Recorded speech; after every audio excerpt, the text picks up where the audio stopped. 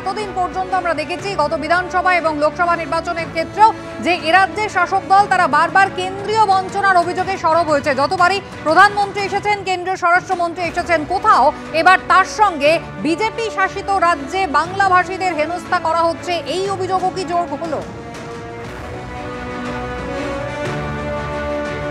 একদম তাই। দেখো কুসুমিতা, শুরুতে তোমায় বলে রাখি, দুর্যোগপূর্ণ আবহাওয়া এবং তার মধ্যেই দুর্গাপুরে কিন্তু জোড়া সভা করতে আসছেন প্রধানমন্ত্রী নরেন্দ্র মোদী।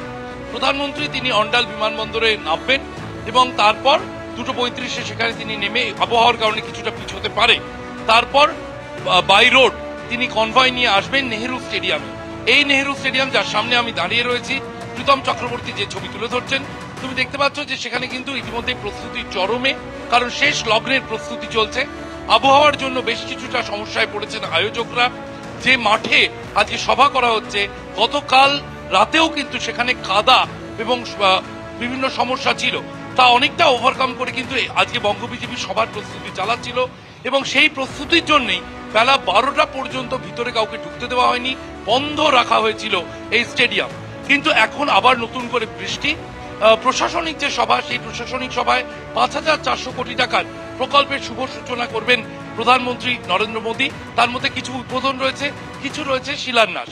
এরপর তিনি চলে যাবেন রাজনৈতিক মঞ্চে, যে মঞ্চে তিনি 3:45 থেকে 4:30 পর্যন্ত 45 মিনিট সূচি অনুযায়ী তার থাকার কথা।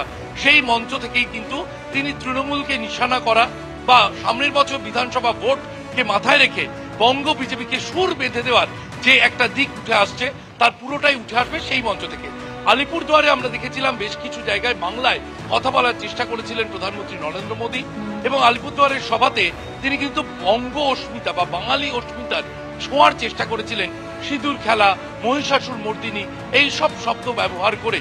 আজকেও সেই ছবি দেখা যাবে কি? শশীবাজার যে বক্তব্য একটু আগে আমরা শুনলাম, তারপর সেই দাবি কিন্তু আরো জোরালো হচ্ছে যে বাঙালিদের বিষয়ে প্রধানমন্ত্রী আলাদা করে কিছু বলবেন কিনা। কেন্দ্রীয় বঞ্চনা নিয়ে প্রশ্ন যেমন ওঠে, প্রধানমন্ত্রী, স্বরাষ্ট্রমন্ত্রী তারা এসে উত্তর দিয়ে যান। তারা বলেন যে হিসেব না দেওয়ার জন্য আমরা টাকা দিতে পারি না। এখন প্রশ্ন হচ্ছে, ভিন রাজ্যে বাঙালি বঞ্চনা নিয়ে আদেও কি প্রধানমন্ত্রী নরেন্দ্র মোদী কিছু বলবেন আজকে?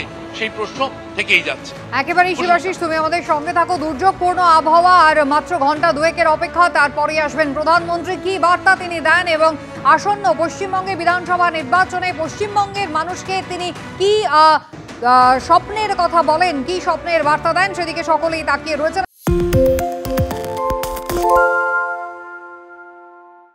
শুনতে পাচ্ছি না, বল না। আরে 10 টাকাটা ব্যাপার নয়, আজকে 40 টাকা দিচ্ছি, কারণ 40 টাকা। বাংলা গলাবাজি চায় না, বাংলা খবর চায়। বাংলা খবর, বাংলার খবর।